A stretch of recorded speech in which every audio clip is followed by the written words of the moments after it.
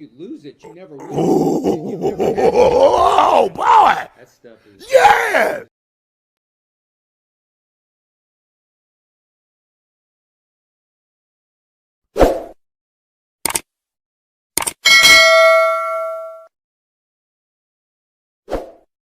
Showtime!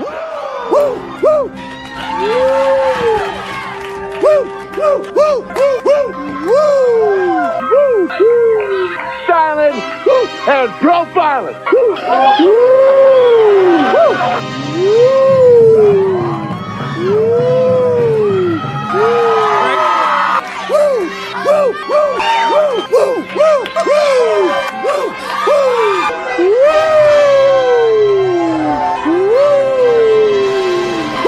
It's live and in color. Woo! Welcome to the Mafia Sports Report. I am Tommy, and joining me is my main man, Mr. Aramis. What is up, Aramis? What's going Happy on? Sunday to you. It's Bill Sunday. Boy, we have a 1 o'clock game today. A 1 o'clock game, Aramis. For once. For once. Against those no-good Colts. What's up, Jose? What up, Mafia? Let's go. What up, Robert, man? Good morning to you guys. Good morning to all of Bill's Mafia who are joining us today. So, Aramis, let's get right to it.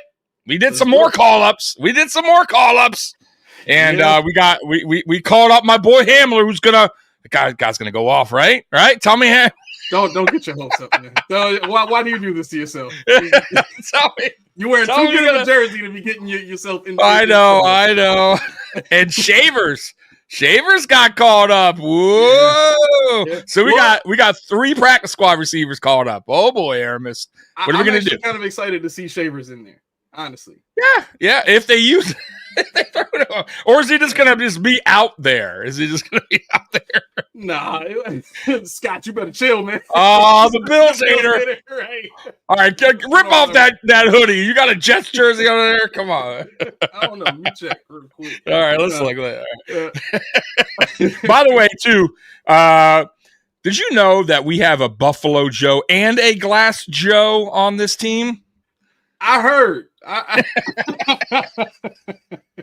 You want to tell us about that a little bit? Yeah, Balin Spector, who I call BS, which I'm going to have to go back to BS because he actually was doing all right for a little bit, but typical Glass Joe finds himself on the IR again. So I don't know what to say about him. The dude can't stay healthy. What do we do with it? What's going on here, Aramis, with this guy? I always tend to think that some of it has to do with the job that these players are being asked to do. I mean, if you look at what Milano's being asked to do, if you look at what Bernard is being asked to do, even Taron Johnson. I mean, these are some of our most injured players on the team, and I don't think Balin Spector is any different. I think he was probably meant to be in more of a 3-4 inside linebacker role, something that doesn't force him to have to run as much. And I think that has a lot to do with it. I also think something happened to the conditioning team. Either, aliens abducted him or whatever conspiracy theory you want to throw out there. But something happened to the strength and conditioning team. Right, yeah, because weren't we considered once the place to go if you don't want to get hurt is Buffalo Bills with the strength and conditioning center, unlike no other, no injuries in Buffalo. So it's that quickly changed. By the way, and you know what's funny, dude, and I don't know if you remember this, and a lot of Bills Mafia maybe don't, and I have a clip, and I don't even know if Bill scrubbed this off there. I'm going to find it. I got to find this because you're going to get a trip out of this. Now, this was before the injury started. Oh, I found it. Okay. So, bro, you're going to get it. So I clipped it. I definitely say this. I had to save it. So let me share this with y'all. And this is crazy. And a lot of people forget about this. Hold on. Let me share it.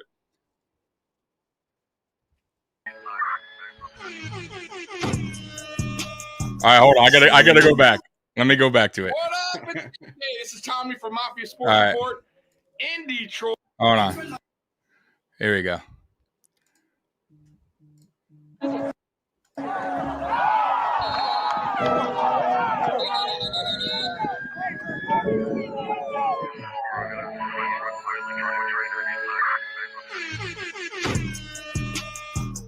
Say it with me. You just got Mario.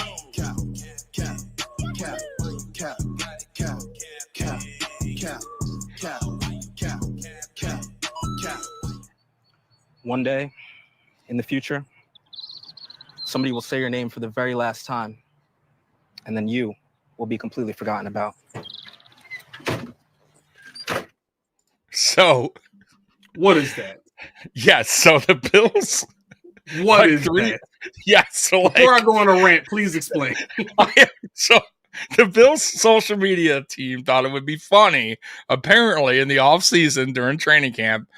So this is like 3 years ago, I think. Like 3 years ago. This is right when the injury started happening, to do a video on like, oh, there's a major injury, and Sean McDermott's running on the field, right? And then that same camp, maybe a week later, Jordan Poyer like busted his arm up or something like that. And that's Sean when all the shouldn't have been happy injuries. about that. That's when all the injuries started happening. That year is when they're all piling up. And it's like I always go back to that video going, why would you even poke fun of like a major injury? Right. So much of what happens to this team seems like it's very karmatic in a sense. You know, I've kind of coined that term. That's my new word is karmatic.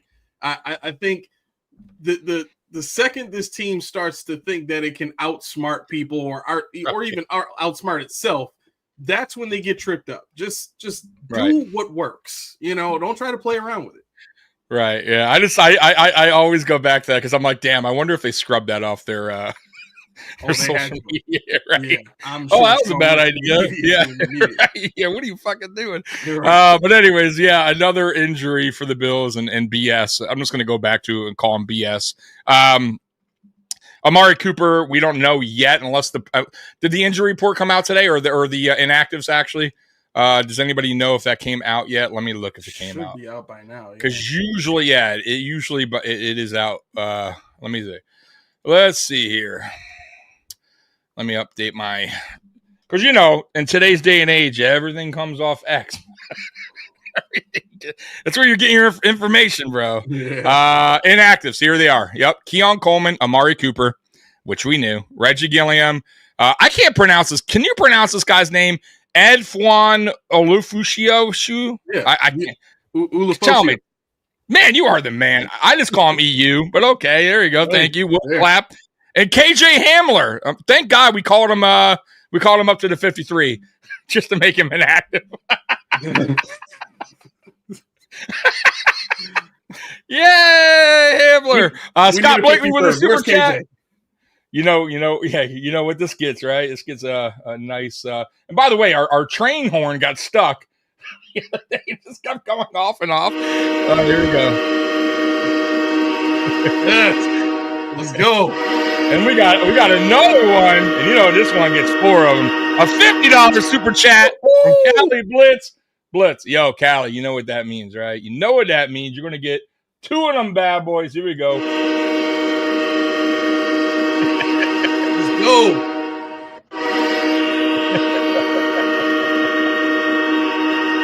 I appreciate you, man. Thank you so much, Callie. I appreciate it. Thank you to Scott as well. So they call up Hamler just for McDermott to go, hey, we're not going to use you, bud. Go ahead, sit your ass on the bench. I'm not surprised.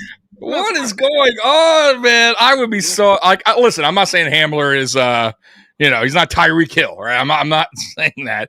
But I still feel like he's a better option than Virgil, who has very, very, very, when I say very limited time in the NFL, very limited time in the NFL as far as playing. He has one game he played, 75 or one season, total 75 yards. Yep. And I think it was coming off a big catch. Other than that, that's it. He's done nothing. But I guess practice squad, he's looked phenomenal.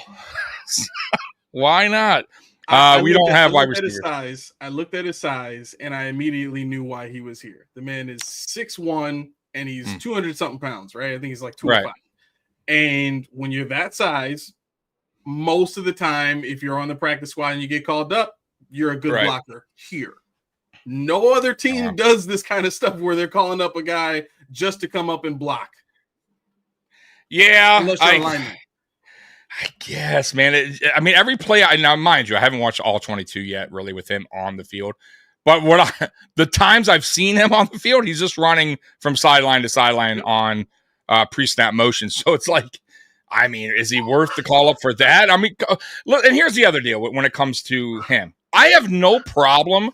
I don't give a fuck if you call up fucking Johnny Shamaji. If I never even heard of the guy, as long as you use him. Like, okay, what are you calling him up for? All right, his speed. Okay, show me a reason why Virgil should now be on the active 53. Like, give me show me it. Yep. And I'm not saying you have to use him throughout the whole game, but use him here and there. Like, make it worth, like as Bills fans going, oh, I see why. Like, okay, okay. Damn, all right, that dude has speed. Anything, show me a reason why. So it's just like, I think that's the most frustrating part when it comes to stuff like that. Like, I just don't get it. You know what I mean? Like, other than the blocking, I guess. I mean, I don't. Is he blocking? I don't know. Well, I mean, all of their receivers are taught to block on every single play, every run play. You know, right. It's a major focus of the offense this season in particular. But I mean, let's be real. How many times have we seen a receiver's block matter in this? This season? It's just weird. Like I go back to the all season when we were kind of building up this wide receiver room, and I'm not gonna lie, I got caught up in the smoke and mirrors, and I was like, whoa, we got bigger, because I did want the Bills to get bigger. I did. I always thought we were a smaller wide receiver team, and I always thought Josh Allen needed that bigger receiver to help him out, especially on some of the higher passes he throws or whatever. I'm just a bigger target in general. Especially for blocking as well. So I didn't mind it. At first, I was like, whoa, we got 6'5" guys all over the place. And they got speed, right? Like this was the time when we had Claypool. I'm like, Claypool he was one of the fastest guys for his size coming out of the draft and the combine. And then we had MVS, who I didn't like, by the way. I hated the signing. But I'm like, okay, there's your over-the-top guy, speed guy. And who else was it? Matt Collins. I'm like, oh, whatever, Matt Collins, fifth receiver. He's tall. So I'm like, okay. So smoke and mirrors, and we go 3-0, and I'm like, yeah, it's working. Everybody eats. But we got fooled. We got tricked. Because if you really go back and look back at the stats, all these guys we signed in the offseason, they weren't doing anything. No, nothing. Zero. Zilch. Curtis Samuel, nothing. Right? MVS is total waste. MVS got waived. Anyways, right? Total waste of a signing. And it's crazy. It's crazy to me how we do not use certain guys. Like, I thought when Joe Brady took over initially that he did a better job at understanding player strengths and weaknesses over Ken Dorsey. Because I thought, like, when he came in last year, I felt like he was getting more guys involved. And I'm like, oh, okay. All right, you're understanding now. You got to get, this guy involved, this guy, like, this is what he does well. Like, I was cool with that. And I'm like, okay, he's going to have an off season. He's going to be able to pick his guys. Curtis Samuel, right? You figure that he knows that guy very well. He's going to be able to use that guy to his potential. And I feel like this year, once again, it's like we're right back to it again, where we're not using guys' strengths. And like, he's not understanding how to use guys in the right position. Like, Dalton Kincaid should be doing way better, in my opinion. Yeah. Should be way better. So what's your thoughts on just the overall, like, the talent we brought in and then Joe Brady not really dialing it up for certain guys? Well, again, anybody who knows me knows I'm going to take it right back to Sean McDermott, because Pagula said it. This is Sean's show. It stops and starts with him. So when you look at this pro style system that was introduced when Ken Dorsey was hired as offensive coordinator, it's built around the idea that every throw you make, every opportunity you have on offense is efficient. You limit the risk for turnovers, therefore empowering your defense to be able to essentially win the game for your team.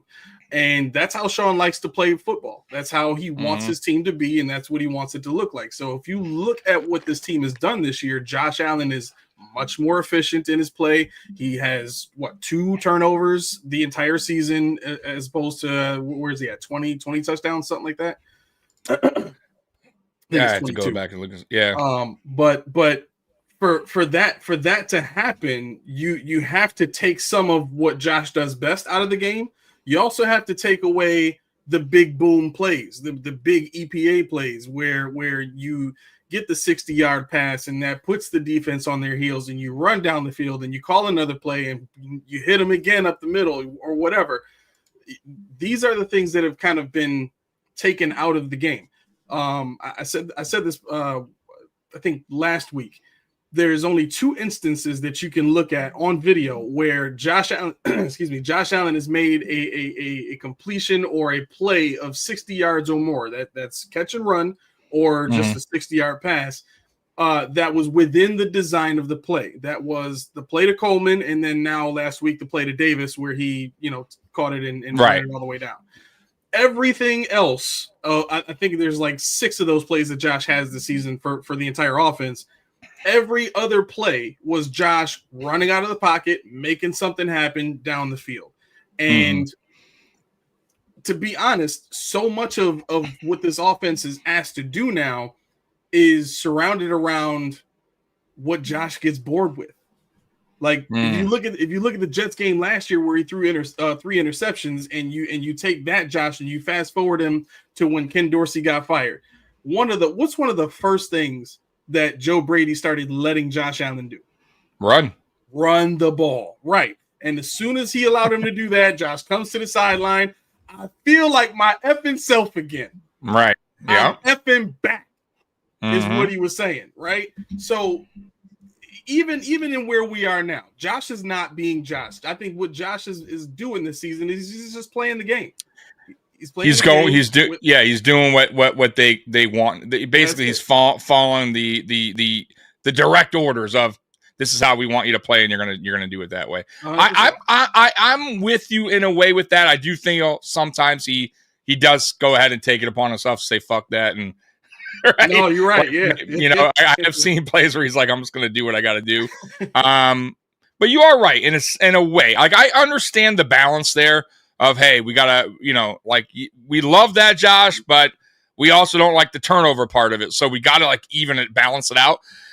But I always said, I don't know if you can. Like the problem with Josh is you're either going to let him be Josh or you're not. You know what I mean? I don't know if you can balance it out. Him personally, you know what I mean? But go ahead with the question. So do you value turnovers the same way Sean values turnovers? It depends on how the turnover is made. You get what I'm saying? Like if he's forcing it when there's a guy wide open, yeah, I'll give you an example. Not even an example. It wasn't even a turnover. It was if you go back, because I did happen to watch that part of the replay. So if you go back to last week's game on the Jordan Poyer hit on Coleman, which we got lucky, right? Because that was a 3rd and long, and we picked up the first down on the penalty, 15-yard penalty. If you go back and watch that play, if Josh would have just hit I believe it was Dalton Kincaid on the right-hand side, there was nobody there. Josh decided to go with the bigger play. That's what Josh does, though. He done that his whole career. Instead of just taking the route that's the easiest, and it was the easiest, and it would have picked up a first, he wanted to go for the home run ball. That's the only part of Josh's game I'm like, ugh. Because the great ones understand you don't always have to go for the home run. You can hit you got to look around, and sometimes Josh goes just what he wants to do and go with the first read, and instead of going through his progressions. And I think that's the only part of Josh's game where I feel like he needs to fix, because there's no way he goes back, even though it worked out. But there's no way he goes back, watches the film, and go, yeah, I'm still cool with that. I'm going to do that play over again. No, I would hope not. I would hope he would go to Dalton, because that would have been a first down. He would have got out of bounds. Everything would have been smooth, right? We'd have kept on playing on. Instead, we got lucky with the penalty, because if we don't get that penalty, it's fourth down, and that's possibly game or overtime. So that's the only part of Josh Allen's game I think he needs to figure out for himself. You know what I'm saying? Other than that, I get where you're going now with it. I'm okay with, I understand there's going to be turnovers on his style of play. If he's running hard and he's not, it is what it is. Sometimes he's going to fumble, but sometimes he's not. He's going to break it off 40. I'm cool with that. And sometimes he's going to make an unbelievable throw, and it's just going to, maybe the defense just makes a play on. I mean, it happens. I'll take it. But it's like I said, I think it's that's where I think the coaches and Josh Allen have a battle because so you don't want the 15 interceptions either. You get what I'm saying? Right. No. I get that. So what I'm about to say is not to debate your point, but I want to use your example. If I could. So the example of Kincaid being open on that play. So when you do film study, there's a reference to those types of throws as a longer throw, right? And what that means is I think at that point the Bills were on the right hash mark and Kincaid was on the furthest side from that hash mark. Yeah, right? He was on the yep. Right. So quarterbacks refer to that as a longer throw, at the NFL level, because to have to turn your entire body and fire that ball off, which is not an issue for Josh, by the way, but the time that it takes to see that and execute that throw. I'm saying all this to say I think there are nuances that go into how we analyze Josh. You know what I mean? Sure. I'm not the kind of the person that wants to stand up here and defend everything Josh does. Yeah, I think there are some things that he does that are just indefensible. But I will say this: if you look at how the game has looked for a Jaden Daniels, or how the game has looked for Lamar Jackson this season, or even you can even throw Joe Burrow in there with all the injuries that offense has had and how bad the offensive line looks. The reads are easier for these guys. And I think in the design of this system, for Josh to have to make the transition from playing the way that he knows to play and flip a switch to now I just have to, look at all these closer routes with tighter coverage and a lot more pressure coming at me because I have to stay in the pocket and not scramble as much. That's a big transition to make. And for Josh to be doing this in one season, literally one off season, to change the way he plays and play this way, big kudos to him. It's an incredible job. Oh yeah, absolutely. I don't want to take away his ability to make plays. I want to make the offense easier for him is what I'm trying to say. Yeah, no doubt. Look, I still am not sold on Joe Brady. I know a lot of Bills Mafia is, and everyone's like, oh, he's gone after the season, man. Everyone wants Joe Brady as their next head coach. Look, man, I think here's the deal, man. Every OC, especially over at DC, is going to get head coaching interviews because most NFL teams want a offensive-minded head coach. And if you're an average OC, you're probably going to get a call or two. Just throwing that out there. And if you're on a winning team, no matter how your offense looks clunky, you're probably going to get calls. And Josh Allen, trust me, makes Joe Brady look like a fucking the man. So I feel like his offense is very. I get what they're saying that it's a playbook. So, oh my God, the playbook's so heavy and it's it's crazy. I understand that part, but I'm not seeing it. I see a very clunky, slow out the gate type, simple Tecmo Super Bowl type offense. I honestly, and I hate to say that, and I'm sure there's more to it. I'm not a football player. I'm not going through the playbook. I get there's probably, some plays I'm like, I could never in my, wildest dreams draw up. But what I see, my eyeballs don't lie, right? I see other teams, like your top offensive teams, how they run their offense and how we run our offense. And I get it. You got to have the personnel as well. I understand that too. But I'm telling y'all that we could do a way better job with the guys we have out there. Even with the guys we have out there, we can get more creative on offense. We are not creative. I'm sorry to tell you, Joe Brady right now, he has shown me zero creativity. I think there was maybe a couple plays this season where I'm like, oh, okay, whoa. Other than that, it's been simple, basic. The backfire football. In Baltimore.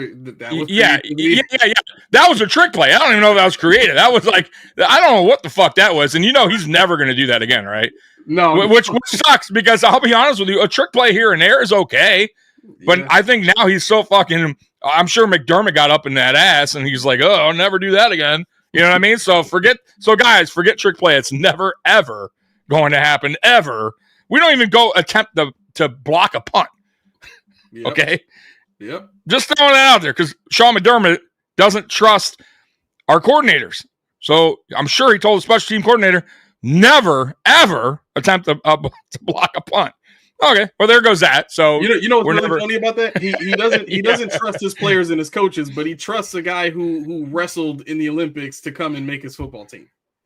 Like that's a guy he brings in. No, let's give him a chance. Right. You know what I mean? Like you trust this guy. Yeah. Right. Hey, he's a guy like me. Wrestled in the Olympics. Yeah, right. He's a wrestler. He must be tough. So, yeah, this is like I said, man. Look, man. I think McDermott wants what he wants, and the coaches that he has in place are guys that are going to follow his lead, right? His orders per se. And I get he's the head coach, and that's how it works in most. But most head coaches, I think they trust their guys to do their job, right? And if you don't anymore, fire him. Right. I'm cool with that. Like if he's not the guy, but that doesn't mean you have to play all, you have to be the coach in every single room. Right. I mean, you hire the right guys and you step the fuck away and you do what you need to do as a head coach. So I think he's been stepping on toes for a long time in Buffalo.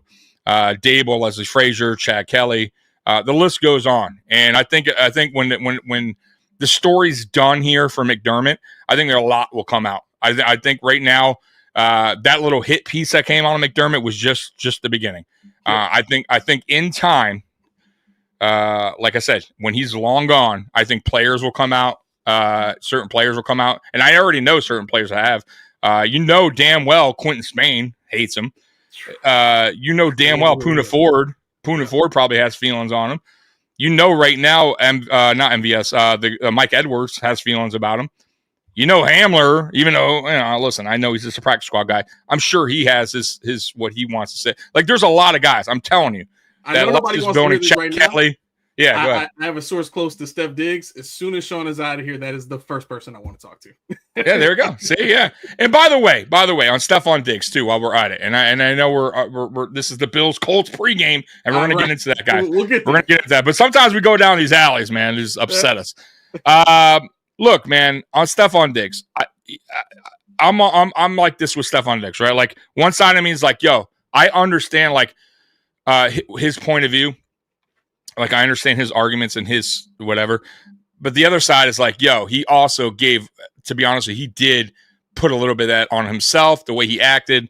Like, for me, it's like, look, man, you can't show up your quarterback on a sideline. One, that's one. Two, you can't be, if you're going to be a leader and that's your guy, like Josh Allen's your dude, you came in here, you're doing all these quirky fucking magazine covers where you're hanging on Josh and your brother and best friends. And then when it comes down to it, your brother's taking shots and you're not even saying, yo, bruh, chill. You're just saying, hey, it's his Twitter, do what he wants. Like, I was like, bro, come on, man. Like, that's your dude. You're claiming this is your bestie and you're doing all these Photoshops. You have your best seasons as an NFL player with Josh Allen. He kind of put your name even bigger on the map. Like I think Stephon Diggs' name was out there, but it didn't shine as bright until he got to Buffalo. Let's make that clear, right? And Josh Allen too. Like Stephon Diggs also made Josh Allen what he is today. He helped that. I get that. But there was a lot to Stephon Diggs, that offseason stuff, the cryptic stuff. It just was real petty and dumb, immature. And that's the part I didn't like, right? That's one. Yeah. Two, I felt like his heart for the Bills, like the love for the team was gone after 2022, like in my opinion. And he was just out there like he was going to give it his all, but he didn't really truly care. Like I knew it when he dropped that pass against the Chiefs in the playoffs, when it hit him on that 60-yard bomb or 80, whatever that was. And he was just like, well, it's like he was like, what are you gonna do? Like, so, right. I'm about to make Bills Mafia hate me right now. Yeah, but on the flip side, I understand why he was starting to dislike this team. McDermott's a huge reason, right? A big reason. I believe they had issues going back for a couple years now. I believe McDermott threw him under the bus at the training camp when he was there, and he said he wasn't. the meeting between Diggs when he went into that initial meeting at training camp, and it was McDermott and wide receiver coach, I believe. No offensive coordinator, no Ken Dorsey. Ken Dorsey was not at that meeting. Really, really odd. And it didn't go well. What that tells me had nothing to do with Ken Dorsey. I think it had to do all with Sean McDermott, and he probably told Sean McDermott what was up, and Sean McDermott blew his top, and they had an argument, and he sent him home, and then he threw him under the bus, said he never came to the practice. That's how and that was it. By the way, that was it. That was all she wrote. Yep. Even though Diggs played that season, that was all she wrote. But go ahead, Aramis. Tell me your feelings. Did you hear? So Shady McCoy had a similar situation, and we love Shady, right? We don't understand how he went from having an All-Pro season, having a Pro Bowl season, running for 1,500 yards to the next season, looking like, man, it looks really. And I remember saying this to Keyshawn, it just looked really easy to tackle him. Did he get too light? Is he getting older? Is he not fighting through? So, funny story. Shady actually tells this story on their show, and he says Sean McDermott called him into his office and asks him, "Hey, we've been looking at the tape, and just looks like you're on the sideline. You're not focused. You're not engaged, and people are saying you're going down easy, and like what's going on?" And Shady says to Sean, last year, I had a Pro Bowl season, All-Pro season, 1,500 yards, however many touchdowns. He said, what do you think the difference is between this year and last year? And Sean couldn't answer it. And he said, because you got me playing behind all these bums. You expect me to put up shady numbers, but I got to do it behind these bums. And as soon as he finished saying that, he said he walked out on Sean, and that was the last season that we saw Shady McCoy. And got traded away. Me, that's a lot of what Diggs went through here. I think what Diggs was trying to do was he was trying to get Josh to engage in the way that Josh had the power to. He just did it the wrong way. He did it by trying to push and pressure Josh into stepping up and taking a stance against the head coach and saying what the team needed to be and what the team needed to do, because Josh has that kind of power. Josh, let's be clear. Josh has the power to get Sean fired right now. Absolutely, he does. Of course he does. Wants to, right? He's set to get paid $60 million next year, guaranteed. There's no way around that. Unless the Bills decide to give him a contract extension or something like that, he's probably not going to take it. But they'll try to restructure it. Anyway, all that is to say, for Steph Diggs to go through it the way that he tried to and push and pressure Josh, that created kind of a mind cramp for Josh. Josh is not the kind of guy to get into confrontations. He is not. With his coach. No, he is not. I'll say this one thing about Josh too, and I'll let you continue. Josh will not throw anyone under the bus. I don't feel like not even under the bus. I feel like Josh just doesn't. He just doesn't want to get involved with situations like that. Because if you go back to Kelvin Benjamin and remember that the whole pregame thing, and then Josh stayed for. Josh said, "I don't," he stayed out of it. Yeah. Some quarterbacks would have been like, "Bro, yeah, dude, this guy needs to be not Josh." And even when Kelvin left, he's like, "No, man, hey, I wish Kelvin the best." And they're he never ever you'll never get that. However, you see when Dorsey got fired, he was like, "Oh man, I feel it's on me. I feel bad." But then he didn't really feel too bad, because the next coach is up. OC Joe Brady. He's on the sideline. He has a smile. Right? I'm fucking back, baby. So come on, man. I'm just saying, he's not going to do it. But deep down inside, I'm sure he has these thoughts. You get what I'm saying? He's just not going to publicly say that. But that could be also a reason why McDermott won't go, because I don't see him going. You ever see him really, truly going to ownership or being and going, "Bro, I can't play with this guy no more"? I can't see it. I can't. No. Because if it got out, he'd feel terrible, because that's his personality. You know what I mean? He cares too much about the people around him. You know what I'm saying? Until they're gone. Then I'm sure he's whatever about him. Because if you notice the Stephon Diggs thing, He never says anything bad. However, right? You know they're not really talking, right? Like, you know what threw me when he's like, the reporter asked, "Did you talk to Stephon Diggs when he got traded?" He goes, "I text him." Yeah.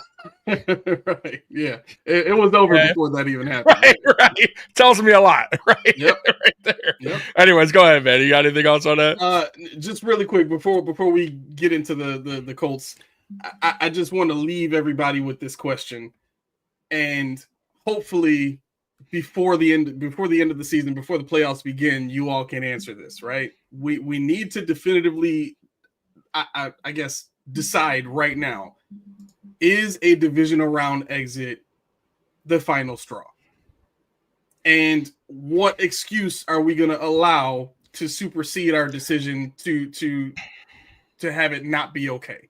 Are we going to say injuries again like we did last season? Oh, for sure.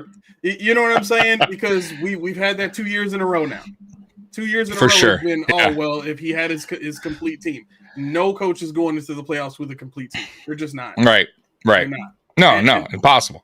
Right. So that's the question I need everybody to be able to answer by the end of the season. Is a division round exit going to be enough to let Sean go?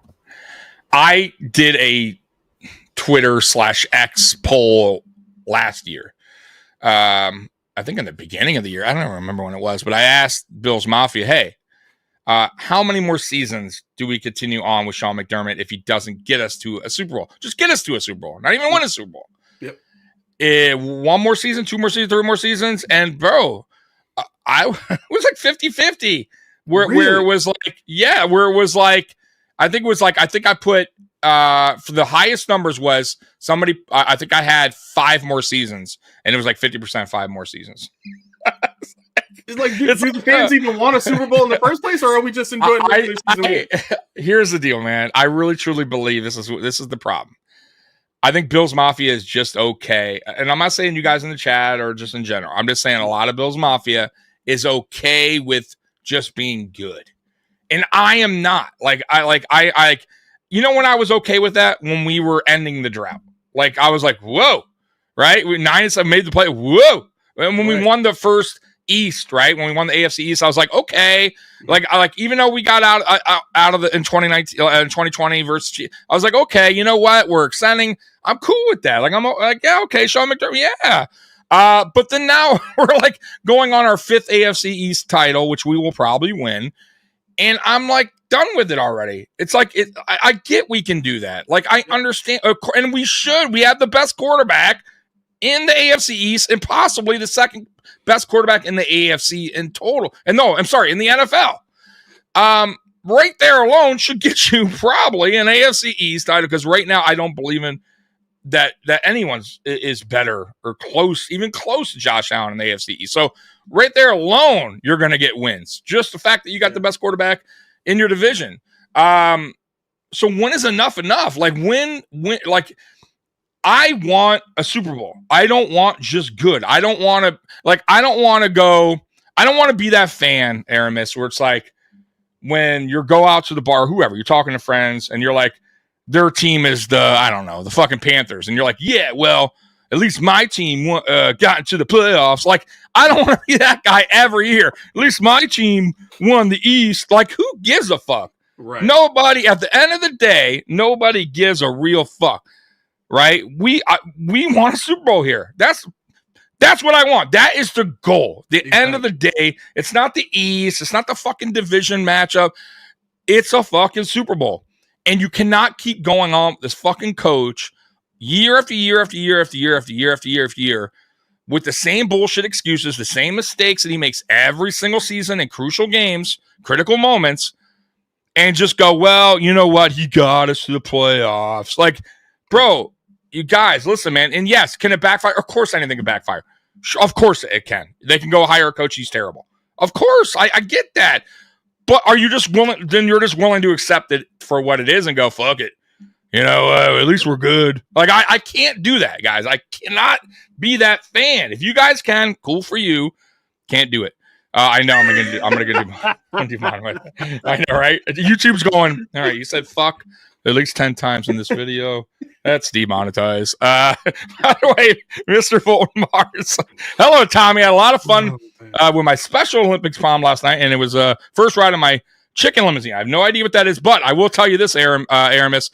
Mr. Fulton is the most interesting man in the chat. He is dubbed that because he always has something going on that's not Bills related. But we love him. He's always in here. Very interested in the chicken limousine. I want to know what that is. So everybody knows him as the most interesting man in the chat because he was also on The Voice, apparently. Oh, wow. Yeah. So he's doing a lot of stuff. Okay. Yeah. I'd love to hear him. I mean, I used to sing back in high school too. So I told him to send the link, man. We'll vote you on The Voice. So, anyways, guys, we've been 40 minutes into it. We have not yet talked about this Colts game. Let's get into the Colts game. Let's get into the big three with Aramis, and I'm going to skip the three key matchups. We're going to go right into the concerns. Three concerns of this game. Let's dial right into it. Okay. All right. Cause for concern. Once again, shout out to Bill's Wire for creating this article. All right. Cause for concern, Aramis. Here we go. Joe Flacco can still sling it. In his 17th year in the NFL, Joe Flacco still has a more than capable throwing arm. Thrust into the starting lineup for a struggling Anthony Richardson. Not struggling, just gave up. Flacco had the numbers to back that. But to back that, he is a threat through the air at 39 years old. In 4 games played this year, he has posted 7 touchdowns with just 2 picks and a 94.5 passer rating. In games that Richardson played this year, the Colts averaged 18.8 per game. With Flacco, they are averaging 23.5. The Bills' passing defense, which ranks 15th in the NFL and DVOA, will be tested in Week 10. Your thoughts, Aramis? Yeah, he can still sling it, but what does it matter when your receivers can't win? Right. They're not going to beat our secondary. They're pretty good, but they're not. Even with Joe Flacco throwing the ball down the field, first of all, Sean is not going to allow that to happen. We're going to see so much too deep safety today. The guys that they have are all speed guys that win down the field. Josh Downs, Pierce, the receiver Pierce they have, and then who's the young guy they just drafted? I forget his name. It's A.D. Mitchell. I think it is A.D. Mitchell. Okay, all right. I gotta look. That's the rookie. I know Pierce. I know Pierce is the one. I know Pierce is on there, and I know Pittman's not playing. I don't know about the other receiver. Though. He's down. Yeah. So I mean, there's one other guy they have that's more of a possession guy, but 3 speedy receivers. We don't even know how good they are against zone. And the Bills have one of the best zone defenses in the NFL. So I think it's going to be tough for Joe Flacco to kind of be consistent against our defense. I think the pass rush is going to do well too. So that's really going to limit whatever Joe thinks he can do. Right. Nightshade Jones comes in. What makes anyone think getting rid of McDermott is going to make us go forward, not backwards? See it's a fear-based question. It's a fear-based question. It's essentially saying because we don't know what's on the other side of the fence, we can't leave this side of the fence. Why would we ever do that? There might be food, there might be gold on the other side. You won't know until you go look. So you're either scared or you're gonna explore. One of the two. And there's so many things to counter that too. It's like, do I want to stick with the same job? It's okay. I get paid this amount. But should I go look for a better opportunity? And I could backfire, could hate my manager, but I also could make a lot of money. With Josh Allen as That's what I'm saying. So there's guys, come on, man. In life in general, you eventually have to make a change to try to better yourself or better whatever, right? And this is to better the team. And of course, anything could backfire, guys. That's life. Yep. We get that. But on the other hand, it could work and it could possibly get us to a Super Bowl. You don't think that's happened in the wide world of sports? I'm talking about every team. I'm talking about basketball and football and college football. There's been quality coaches that fans are like, oh, this guy's such a good guy. Got fired. He's here so long, 10 years. And they're all feeling bad. And what are we going to do? And then they get a new coach. They win a fucking Super Bowl or championship a couple years later. They're like, yeah, a lot of teams. And there's also examples of coaches that were loved and were great that just never could figure it out. And I go back Flip Saunders because I'm a Piston fan. And we hired him. I'm like, oh, here we go. We're going to get to the playoffs. I promise you. We ain't going to do shit when we get there because that's his MO, right? And it happened. He didn't do shit, right? Like, and then we just went down and I get that. But, and then on the other hand, too, you got coaches like for the Warriors. I forget the old coach. And they brung a curve. Boom. What do you know? Championship. Yep. Same team, by the way. They didn't do nothing different. Same player, same team, different coach, different mindset. Right? I'm just throwing that out there, guys. There's a lot of examples of this throughout sports, and you have to even boxers eventually change trainers. It happens. It happens, but you have to do it to see if you could better yourself. And the Bills are just, to me, it's the same fucking thing, the same thing each year, the same exit, the same result. Can't keep happening that. It can't keep doing it. It's like a cycle, never ending. And we're right here in the offseason go, whoa, what can we get in the draft? What are we getting for free agency? It's like, guys, come on, man. You got to want better. You got to want better. Spin. Here we go. Spin, by the way, loves McDermott. Big time McDermott supporter. It's not a fear base. Here we go. We have made the playoffs 6 out of 7. Won the division about 5th straight year. Everything under the sun is pointing to this team taking a step back under. Okay, so Spin. Are you okay if the Bills continue on this trajectory and never win a Super Bowl, and then Josh Allen retires, and now we have no shot at all? I don't hate McDermott, by the way. I want to make this clear, Aramis, and to everyone. And listen, maybe you feel different. I do not hate the man. I think the guy has done a good job here. I think the guy built up a team that was in the dirt, done, gone, right? We know this. Listen, I've been a fan since '89. I get the heartbreak. I'm just saying, I get the heartbreak. I understand the down, the hurt of the Super Bowl losses. I understand the drought. The going in every season going, oh, well, here goes another losing season. I get it. And I respect that he came in here. I respect that he got us to the playoffs without Josh Allen, by the way. And maybe it was a fluke, whatever, but he still did it. He broke it with Tyrod. By the way, still didn't agree with it when he fucking benched him for Nathan Peterman, but that's a whole other story. How smart was that spin, by the way? Fucking brilliant. And then we go into the 2018 season, and they start Nathan Peterman again, and real smart McDermott. Once again, stupidity. And then, look, man, he's done a good job, but I want better, and it's okay for me to want better, and it's okay for everyone else to want better. And what makes me think that the next guy could do better? He's coming into a great situation with one of the best quarterbacks in the NFL. Why would we go backwards? And if we did, okay, fire his fucking ass and bring in a fucking other coach. Listen, I believe Bean can find a head coach to work with Josh Allen and to complement him. And I believe whoever that coach is will bring a set of coaches in that will complement this team, Josh Allen specifically, and it will be an offensive-minded head coach. I'm done with the defensive-minded head coach. By the way, his defense, not that good. Nope. For a defensive-minded head coach, guys, just saying. It's got the biggest foundational flaw any defense has ever had. Yeah. Go back to 2002, Greg Williams, defensive-minded head coach, one of the worst defenses in the NFL that year. No excuse not to play the playoffs. We're terrible. I'll take it a step further, and Spin is probably going to leave after this, but I don't even think Sean. I don't even think Sean was the one that broke the drought. If you look at what the Bills had on defense the year before Rex got here, they had Schwartz was the defensive coordinator. That defense was leading the league in sacks that Love year, Jim Schwartz, right? by the way. Yep, 100%. Right. We definitely should have hired Hugh Jackson before we even thought about getting Rex Ryan in here, but that was a Pagula decision.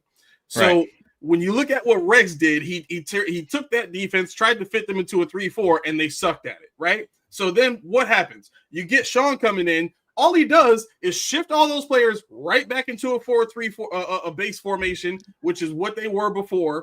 And he I think the year after they made the playoffs is when he kind of made that full nickel transition because he wasn't doing that as much the first year. They still had good linebackers. Sean Alexander was a great pass rusher.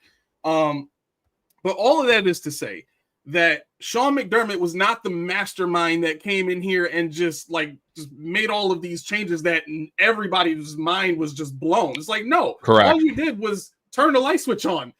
Essentially, right. You turn the light switch on. You put it right back to the way it was before, which was good as heck. And they had success. And the whole backing into the playoffs thing to me is like, how can you give Sean credit for that when it really came down to a freak play by Tyler Boyd beating the Baltimore Ravens? No, I agree. Yeah, that's what I said. So, 9 wins don't get you in traditionally, but yeah, go ahead. Right. So for me, I think that's what I look at when people say, "Oh, Sean broke the drought," and they give him all these accolades for things that he's done, when it was already set up before he got here. And I think this fits right in line with the point that you just made. Sean stepped into a situation where he really didn't have to do much in year one. He had a quarterback that he could win with. He had a defense that he could win with. The pieces were already there. And if we get another head coach in here that's offensive-minded, we've already got defensive pieces. We've already got offensive pieces. We just need a guy to come and step into a great situation with Josh Allen, make a few tweaks here and there to the system that Josh plays in, and make it easier on the quarterback. And we'll see even more success than we've seen before. That's not hard to do in today's day and age. People in the chat.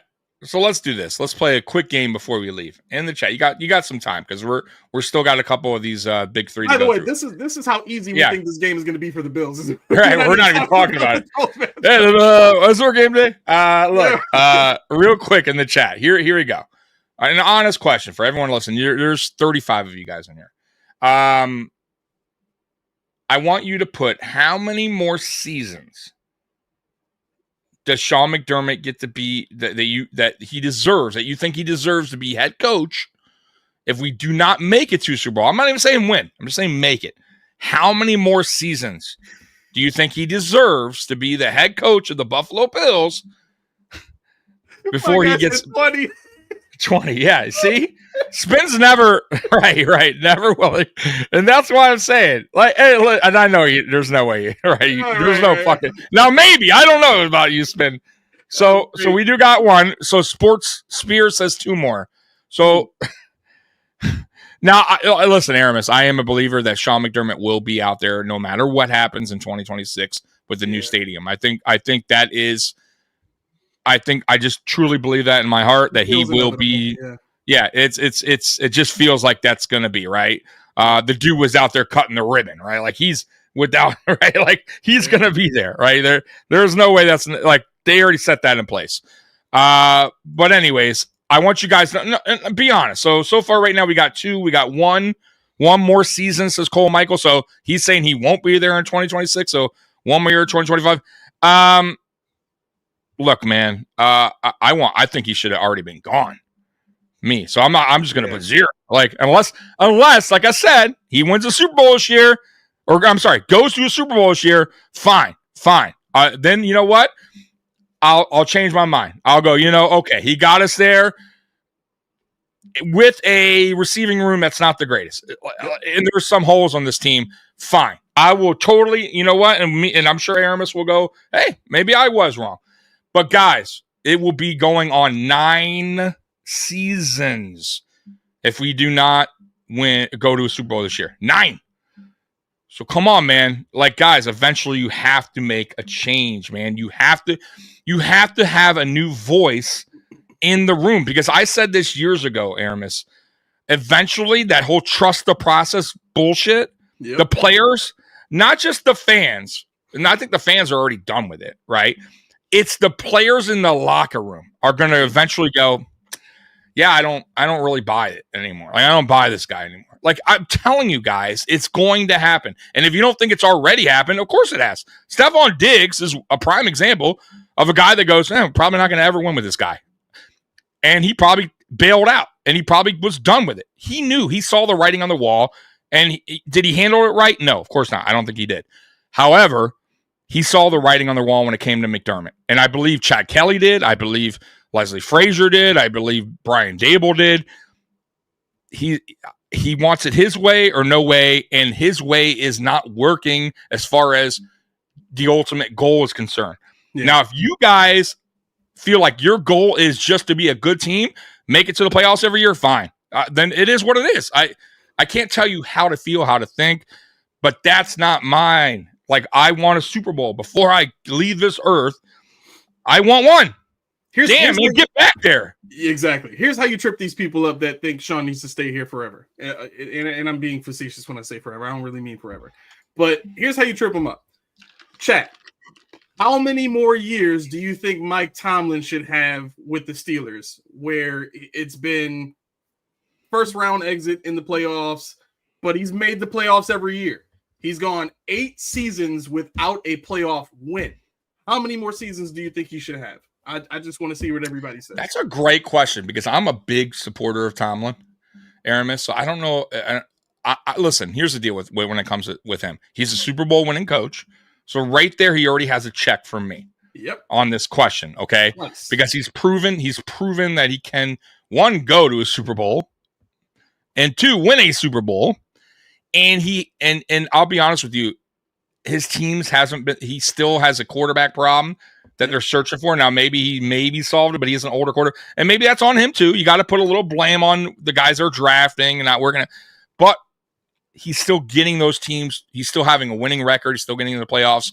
I would say I would hold him. Like I personally would hold him only because I know he can. There is no problem if he ever gets that quarterback like we do, where he could go to a Super Bowl again, like a Ben Roethlisberger again. If he had Josh Allen, let's take Josh to the Pittsburgh. Mike Tomlin would be that Pittsburgh team would be a Super Bowl contending team. Oh yeah, every year. Every year. And you guys can't tell me. Matter of fact, take Josh Allen on most of these teams what we consider good head coaches and swap quarterbacks. Bruh, like, guys, come on, man. I'm just being honest with you guys right now. So, yes, I think Tomlin, to me, until he wants to leave, I am keeping him as head coach because he's proven he can win a Super Bowl and get to a Super Bowl. Do you want to know what the Bills are really quick without Josh Allen? The Bills are the Giants without Josh Allen. Look at what the Giants are doing. They're on TV right now. I mean, they are not doing well against the Panthers. Spin, you put TJ Watt in the Bills, guess what? His numbers go down because McDermott's scheme is totally different. And you could believe what you want to believe, but the numbers don't lie. Like every player we brung in here that left seems to play better. Most of them have better season. Look at Jerry Hughes. Old Jerry Hughes, we all thought was washed up, left and had a better season than he did the year before with us. An older Jerry Hughes. Stop. Bro, I'm telling you, Von Miller can do better. Greg Rousseau, it's the defensive scheme, bro. It's the scheme. Greg Rousseau, I believe. Anyway, so it's not like he'll be linebacker. Yeah, dude, we're one of the lowest. We have our leaguer in sacks 4.5. Bro, it's terrible, guys. Come on, man. And we're a defensive-minded head coach. Stop. We can bring whoever we want on defense. It won't make a difference. Epinesa plays, I think, 30% less snaps than Greg Rousseau and is only a half a sack behind him. Like, we need to make that make sense. Yeah. By the way, that was another flunky signing. I'm not big on Epinesa either. I like him. I don't think we way overpaid or anything, but once again, it's just bringing back guys we just on cheap deals that we once. It's just like that's the MO of this team, guys. It's McDermott guys, and I hate that thing too with the whole McDermott guys thing. How many more fucking ex-players do the Bills want to bring back? And we got guys coming back in their third stint. We got guys coming back off boat trips. They're in the middle of the ocean. And McDermott's like, the one guy I want to call. Let me go on my Bills Rolodex of players. AJ Klein sounds like a winner to me. Come on, man. Come on, guys. It's true.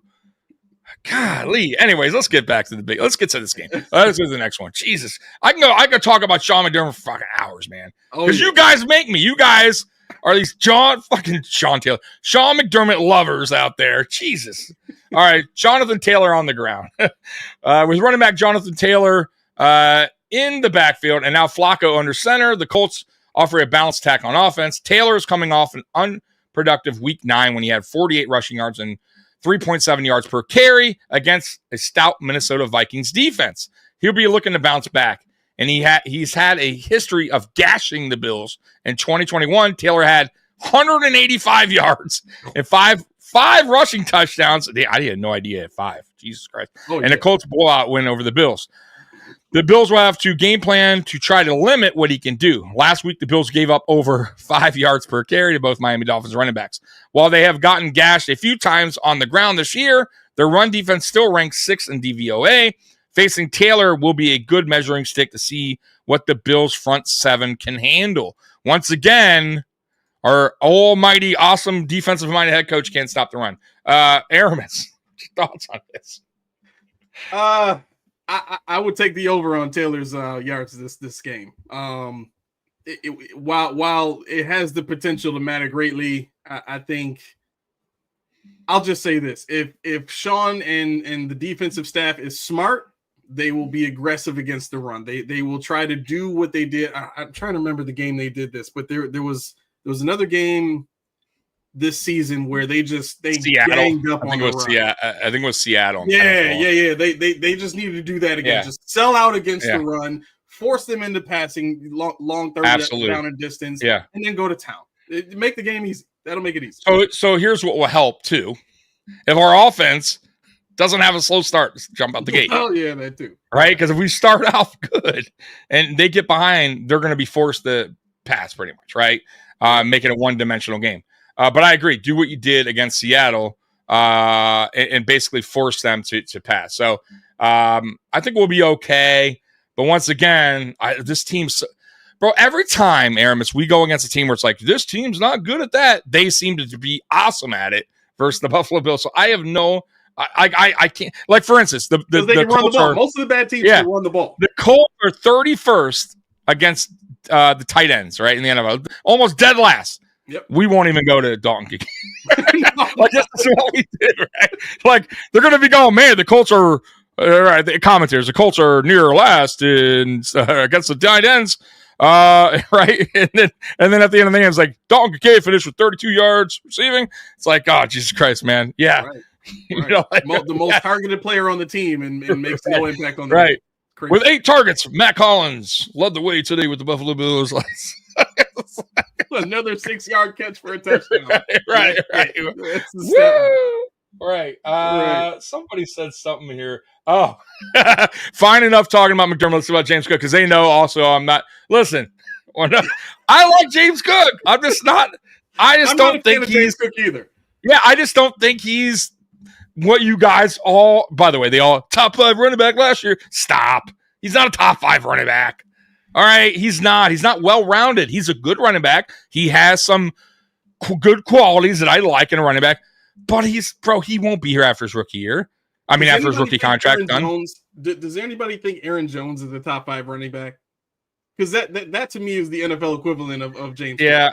I don't think so. Yeah, listen, man. There's a reason why James Cook had limited carries in Georgia, and everyone seems to forget why James Cook has such a low amount of carries in college. What making him so?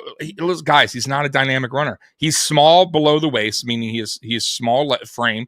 Legs aren't very powerful. That's why he doesn't run between the tackles very well, especially when we're going against better defensive lines. Why do you think Ray Davis goes in there later in games, especially when James Cook is struggling against better defensive lines like Tennessee Titans? Look at the Tennessee Titans game. It's a prime example. Ray Davis busted one loose, took it all away and James Cook couldn't do anything. I'm just saying, like, look, man, they both bring something different to the table. I want both used in a game. I want them to be like a two-headed monster because both bring something unique and different to the team. But James Cook is not a top 5 running back. Go look at right now the stats. He's not. I'm sorry, guys. He's a good running back, but he's not dynamic. And we haven't had a dynamic running back since Shady McCoy. That's it. Okay? We don't. And we haven't had a big running back since Carlos Williams. Who backed up. What the heck happened to him? I talked to him, by the way. He's a good dude, man. So what happened to him was, look, man, his wife at the time, fiance at the time, I'm sorry, was pregnant in the offseason. He felt bad. He said he wanted to eat with her. Gained a little weight. Got a little weight. right? Came to camp a little heavy, and I just think he had a tough time. He had a tough time losing the weight, and ultimately we let him go. We cut him. He finally any of that. Yeah, and he winded up going somewhere else, and they cut him too. Yeah, and they wound up releasing him. And then he was going to play in the CFL, but COVID happened, and now he coaches. He's a coach on a college, I think now. So he just got the gig. Good. Yeah. Nice. So he's a good dude. I like I said, I have his number. I talk to him on occasion here and there. Nice guy, man. I've never had a problem with Carlos. So I know a lot of Bills fans like kind of mean to that dude. Listen, man, it happens, man. And not everyone's perfect. He made a mistake, and he got better. So, and by the way, same with the worst out of you, by the way. No, man, I'm always listening, man. I'm always I never hold back on my feelings, man. That's one thing. I'll tell it the way it is on my show, Aramis. Always have, always will. It's what makes this show different. This channel is different because we don't hold back. And you know what? The chat loves us too, even though they don't always agree with us, our takes. But we're also not afraid. We don't want to go down this channel where it's just a rah channel. It's like everything's fucking peachy, fucking beautiful, and we're a playoff team. We love our team. And like, bro, there's some channels I'm not gonna name them because listen, I anyone that does what we do, a podcast or channel, whatever, I give credit to. Right, it's not easy to get on the mic and talk in front of people. But there's a lot of channels out there that are very rah. You know, this guy's coming to the Bills. And he's going to, and it's like, bro, stop. All right. He did nothing on his other team. What makes you think? Right. It's like, right. One more big play. We could, it's like, come on, relax. All right. Colts keep it close. Every game for the Colts this year has been a one-score game. They haven't lost by more than 8 and haven't won by more than 6. They've been in all 9 games to this point, despite being 4-5 and making a recent quarterback switch. They are a better team than many may think. That very well could be above 500 had Flacco been the starter all year. Probably. At home, the Colts are 3-1 this year, including a 27-24 win with Flacco under center over a good Pittsburgh Steelers team. If Bills fans have a strong showing like they did in Seattle 2 weeks ago, it would be a big boost for the team. I have no idea how many fans are there at the game, and we're going to run through the next one real quick because we are getting close to game time. So let's get to the 3 keys to victory, and then we'll get to the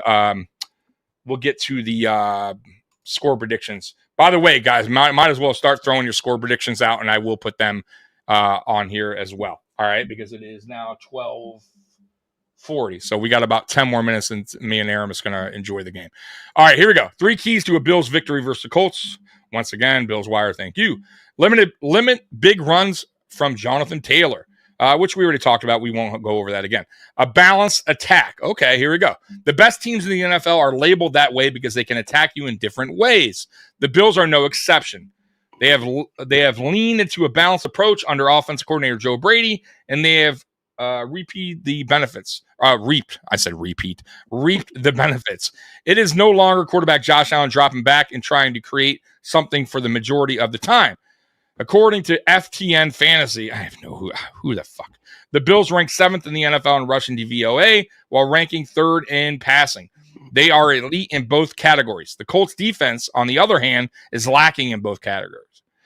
They rank 28th in passing DVOA and 17th in rushing. The Bills will have opportunities on offense, but tipping your hand and neglecting either the pass or run will make things more difficult than necessary. So what do you think about a balanced attack today versus the Colts? I think that's Sean's game plan in every game. Right. Yeah, thanks. Yeah. Bills Wire, appreciate you. That's what they do every fucking game. Stay close to Josh Downs. I think this is the guy maybe you were talking about, right? Josh Downs, possibly. All right, Josh Flacco loves to throw it to slot receiver Josh Downs. And in his 4 games with Flacco under center, here are Downs' numbers per game. 9.75 targets, 7.5 catches, 69.70 yards, receiving yards, and a half touchdown. And run-heavy offense for Indy, Downs has been the most targeted wide receiver on a per-game basis. He has the most receiving yards per game. He also adds an average of 5 yards after the catch, says Fantasy Pros. It would be a big boost if the Bills defense could hold downs to minimal gains after the catch. He likes to sit underneath in the holes of defenses. With an average depth of target of 6.6 yards, he'll be a focal point of the Bills' coverage in Week 10, and he draws a tough matchup with Teron Johnson in the slot.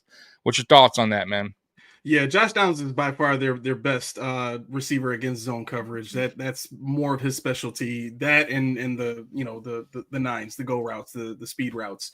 I would say the Taron Johnson matchup. I don't, because the Bills play so much zone. I don't like to focus on the individual matchup, but I do think having Terrell Bernard back and another week healthier is going to be a big deal for this game. I think his coverage over the middle really limits what Downs is going to be able to get as far as open space or uncovered space, in as far as where he likes to get to at that range. So I think it's going to be a tough game for him.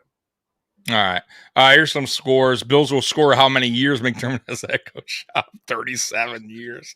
It's 37-17. See, now you know I'm starting to like Spin now. Yeah, you know what, Spin? Robert coming in 37-20. I was going to have – okay, so my score prediction initially was 27-13. Mm-hmm. But I was on the – I didn't know about Cooper. I thought maybe Cooper would play. I kind of changed my mind. I kind of went down a little bit. Nothing crazy. I'm going to go 23-13 instead of 27-13. I feel like we're going to run a lot. I feel like I feel like they're going to try to run the ball a lot in the beginning. The game's going to go kind of quick in that sense. I could be wrong, and it could turn out to be like a Seattle game where maybe we do a lot of play actions, possibly. Even though, by the way, we do not do play actions well. I'm sorry. Our play action game is terrible. And that's a little bit on Josh, and that's also on the play call, because shotgun play actions, guys, are the worst in the NFL. They do not work. Most defenses can see you are not handing the ball. Your back is not turned to them. It's clearly you still have the ball. When you're under center, you turn your back to the defense. They have no idea. That's what pauses a defense. Yep. They don't know, right? So Josh, just in his career, he doesn't like to go under center a lot. And it really fucks up the play action game. And that's why I'm like, why are we even and Josh does it, by the way, almost all the time. He does that fake play action, like in shotgun. Yeah. And it's like nobody's buying it. Nobody is buying it. I'm sorry, go ahead. It's like the RPOs at one point. I was like, dude, if I'm in defense corner, I'm like, bro, he's never handing it off. Just go after Josh Allen. Right. He never gives the ball away. Yeah, go ahead. I think that's going to be the thing that they need to exploit in this game. So the popular play for James Cook is I have it in my notes here. It's a counter play that they do with a zone run scheme, right? So it's either the left tackle and guard and center and guard double team the interior of the defensive line, or the right tackle and the other three. But they do a lot of double team stuff with that inside zone run counter that they do with James Cook. And I think what you can add to that, if you want to play off of that and you want to use the speed of the linebackers against them, is you run that RPO with a receiver like a Mac Hollins, who's bigger and knows how to work a timing route. And first and foremost, the secondary is not great. So this is a play that could absolutely get you easy first downs, easy completions. You run that RPO, you hit that pass. The first time you hit that, now you got the linebacker second guessing every single handoff you do from that point on. That's probably the best way that they can make this game easy, just with the simple things. Yeah, I agree. I just think, I don't know, with a lot of different receivers on the field today. I mean, not Hamler, though. Hamler's not playing. I think Josh is. You're going to see a lot. I hate to say it. You're going to see a lot of Mac Hollins today, and you're going to see Khalil, of course. And Khalil should be the target. Like if I'm Josh Allen, like, bro, stop with the Mac Hollins. Like I do not get the whole thing with him and Collins. Because he does like to go to Hollins a lot, bro. Like, go to your guys that you trust. Like, stop going to Hollins all. Like, you know what Shakir. Hollins is always covered one-on-one. Like nobody's bracketing. Nobody. Don't. Yeah, you know why? Because And I'm look, I'm not even hating. Like, if he's wide open, yeah, of course you throw him the ball. I have no problem with that. Yeah. Like, I'm with that, but he shouldn't have that many targets either. Like, it's crazy the amount of targets he gets. But I think you're going to see a lot of Shakir. You will see a lot of Hollins, because Josh is like, the way Josh is, man, Josh needs a lot of trust from it. Like, Josh has to have this chemistry thing and trust, and Shavers won't. Like, I just feel like Shavers is not. Like, it took a little bit for Keon Coleman and Josh to kind of start earning that, building that connection. So I don't know if Shavers will even get anything thrown his way, to be honest with you guys. I'll be shocked if he gets more than one target. Same with the other guy that we got brung up, Virgil. He's just going to be out there. Okay, we'll just call him the out there receiver. Hey, it's the out there receiver. Like, defenses are like, this guy's never touching the ball. Like, can we at least give him the ball to shock the defense? Like, holy shit, who is this guy? Like, I'm on a wheel route or something off. Anything, right? Like, just because if you do, the defense will then go. They'll have to be honest with it. They'll have to be okay. Shit, they are going to actually give him the ball. Yep. If you're not using them, your guys on the field, the defense will never ever worry about them, and they will continue to send pressure and heat. That's what they've been doing. They don't fear any of the weapons we have. Maybe Shakir is getting some, but I don't even think Dalton Kincaid is getting enough attention. Like, I think defenses are like, right. Right now it's really, honestly, and Keon's not there yet. Like, I don't think defenses fear Keon. When Cooper gets back, yeah, I think Cooper does get that, because Cooper is known. Cooper is known around the league. Cooper has been there, done that. And you saw the first two games, the benefits of just him being out there, just standing out. He could have literally done nothing. Right. And we which he did, by the way, in game 2, his game 2, and Coleman went off, right? Just him being out there, it causes defenses to go, we have to really pay attention to this guy. And he could do nothing. I mean, that's kind of what made like Diggs and Davis so good, because Davis reaped the benefits of Diggs having that. Defense is going, bro, we really got to knuckle down on this guy. Like, and it opens up the field. Right now, Shakir is maybe getting there, but still not quite there. Where defenses are like, man, we really, really got to worry about Shakir. Maybe one day, and he seems like he's trending in the direction. Yeah. But I don't think we have any receiver, not today, not until Cooper gets back, where defenses are like, bro, whoo. Like, coordinators are like, we really got to be concerned about Shakir. Yeah. You know what I mean? Or Kincaid or anyone. Like, honestly, guys, we don't have a dynamic player on offense except for Josh Allen.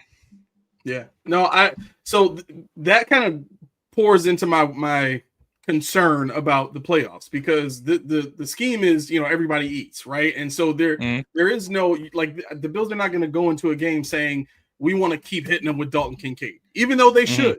You saw Joe Brady last year was able to do that when Dawson Knox went down. It became the Kincaid show, and he was eating, like, literally as a rookie. Absolutely.